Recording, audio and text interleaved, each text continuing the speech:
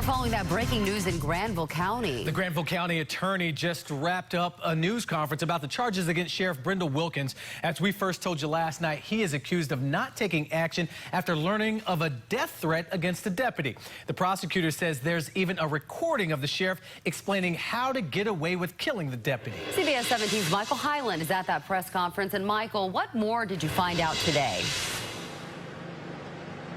Right, so to be clear, the man we just heard from is the county attorney, who is not someone who is involved in the criminal investigation.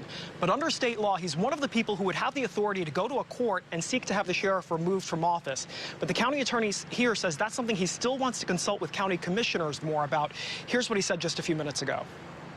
I'm mindful of the need to preserve the public confidence in the integrity of the office of the sheriff, but I'm also mindful that there's an ongoing criminal investigation into these charges.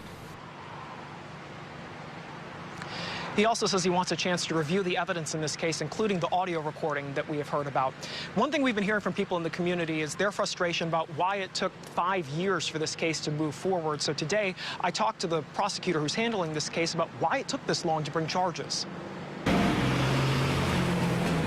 An investigation going back to 2014 has led to felony charges against the Granville County Sheriff. Brindle Wilkins faces 2 counts of obstruction of justice. Hopefully justice gets served. The prosecutor says the sheriff worried a former deputy would release an audio recording of the sheriff using racially insensitive language. In a separate recording, the prosecutor says you can hear the sheriff telling another person about how to kill that deputy and get away with it. I talked to Wake County District Attorney LORRIN, who took over the case late last year. They should be accountable to the people in their community.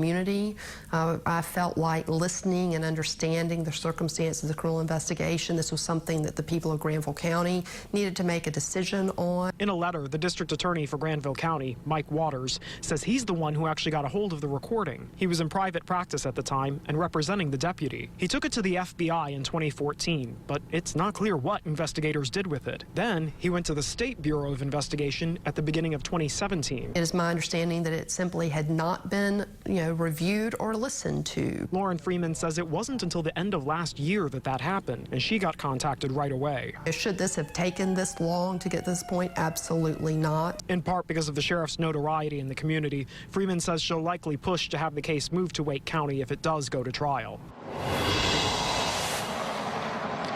The SBI and FBI have not commented on this. In addition to the investigation involving the sheriff, the SBI is also looking into the accounting and operations of the sheriff's office's narcotics interdiction unit. And District Attorney LORRIN Freeman says because of that investigation, there are drug cases here in Granville County that are on hold and will continue to be. Live in Granville County, Michael Hyland, CBS 17 News.